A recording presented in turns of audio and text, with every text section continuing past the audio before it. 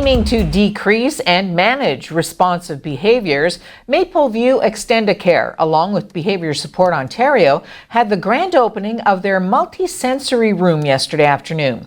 Named Cozy Corner, the room is designed to help assist patients with dementia who may experience sensory overload. The room is fitted with weighted blankets, simulated pet therapy, blackout curtains, and a number of other options also used for comfort. On TV was there. Mapleview Extendicare in Sault Ste. Marie on 650 Northern Avenue. We are in the front lobby right now. We are here to show off our multi-sensory room that we have developed with the funding from the LIN program. We have been working on it for quite some time, and we've had a grand opening. Our multi-sensory room we're really excited about because we have the dark lights, we have lighting, we have music, we have weighted blankets, we have a room that we can actually bring people that are having responsive behaviors to settle and to feel calm in our facility. I've been in the BSO role for 2 years now, so we've been talking about it for quite some time, probably almost 2 years. It was always a goal to have a multi-sensory room. We do have different activity rooms that we utilize as well in the facility. However, this is kind of like a special room for anybody in our building that one of the BSO members can go and bring down to settle that resident. It'll be operated by the BSO program, but that doesn't mean it's just set for one floor. It's meant for the whole building. Yeah. As Debbie said, we've got the weighted blankets that really they de-escalate the behavior. We've got the bright or the lights, the black curtains that will sometimes the light overstimulates people. So the dark curtains, we've got the music, we've got different programs we can engage them into. Like pet therapy, we've got the doll therapy, we've got music therapy. Plenty of books and games and puzzles and that sort of thing, depending on what the responsive behavior is. Depends on if the person, where they are in their dementia as well. So it's very personalized to whoever we take into that room. Have you ever wondered what high school students think about the upcoming federal election?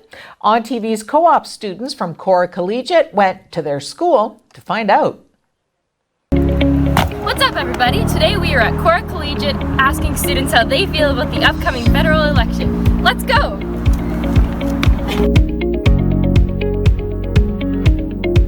Like a 5 or 6. 1.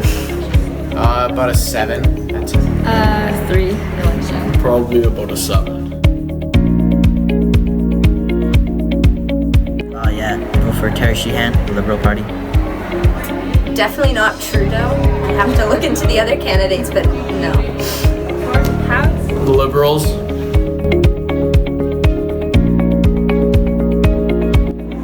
I think he's done well with the climate change position, so by eliminating single-use plastics, and even though some people think the carbon tax is bad, by enforcing that, I think that was good on his behalf, but everything else, not so much. I think he's done fairly well. He's just made some mistakes.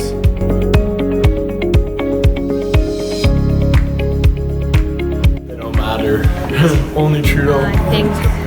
I don't think I would vote for them. Everyone brings good stuff to the table, but can't go wrong with Justin Trudeau. The Canadian Press has learned that the RCMP does not give lie detector tests to employees undergoing top-level security screenings, despite federal rules that require such examinations. The revelation comes as the National Police Force assesses the damage from possible leaks by Cameron J. Ortiz, who faces charges of violating Canada's official secrets law for allegedly trying to pass classified information to adversaries. At a news conference last month, RCMP Commissioner Brenda Lucki said Ortiz had a valid top secret clearance, which must be renewed every 5 years, but he had not undergone a polygraph exam. It turns out the RCMP does not use the polygraph for security clearances, even though a 2014 federal standard requires a lie detector test for the highest security category known as Enhanced Top Secret. The category includes people who have access to sensitive law enforcement or intelligence-related operational information. As Director General of the RCMP's National Intelligence Coordination Center, Ortiz would have been privy to such highly classified material. The RCMP refused to say when Ortiz, who joined the police force in 2007, underwent his most recent security clearance update. Federal agencies were given 3 years to phase in the 2014 standard, making October 2017 the deadline for full compliance. The federal standard says an agency must have the approval of the Treasury Board President, the cabinet minister who oversees the rules, to vary elements such as the polygraph requirement. The RCMP told the Canadian Press it did not seek approval from the Treasury Board to forego polygraph exams for enhanced top-secret clearances, adding the force continues to work towards adopting the standard in full. This evening, the streaks of artillery lit the sky of this border town, the Turkish army hitting Kurdish targets just inside Syria. Canada joined its major allies yesterday in firmly condemning Turkey's military incursion into northern Syria.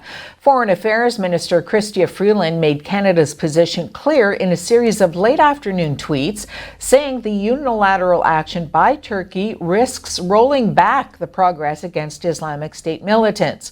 Turkey's military action is targeting Kurdish forces and comes after U.S. President Donald Trump abruptly decided on Sunday that American troops would stand aside a radical shift in American foreign policy. Trump's decision to withdraw from Syria drew widespread condemnation internationally and across party lines within the U.S. because it's widely seen as abandonment of the Syrian Kurdish fighters who have been America's sole allies in Syria fighting the Islamic State group. Canadian forces troops used to train Kurdish security forces in neighboring Iraq, but have since shifted focus to leading the NATO training mission for Iraqi state security forces, a commitment that extends to 2021. They were bothering him at the school. I went over there, and then my life fell apart.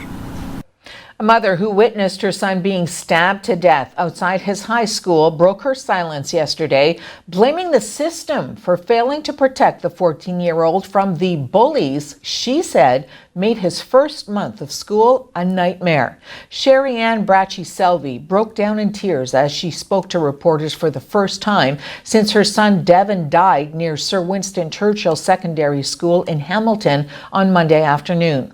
Another 14-year-old boy and an 18-year-old man are currently facing first-degree murder charges in his death, which police have described as premeditated. Bracci-Selvi spared no one when describing who was responsible for her son's death, saying everyone from the school he attended to his own family let him down. Everyone failed my son, she said. Even I did. I tried to save him and I couldn't. Hamilton Wentworth District School Board Education Director Manny Figueredo confirmed the school had received complaints about bullying against Devin, but did not provide details. Figueredo previously said the accused in the case are either past or present students at Sir Winston Churchill.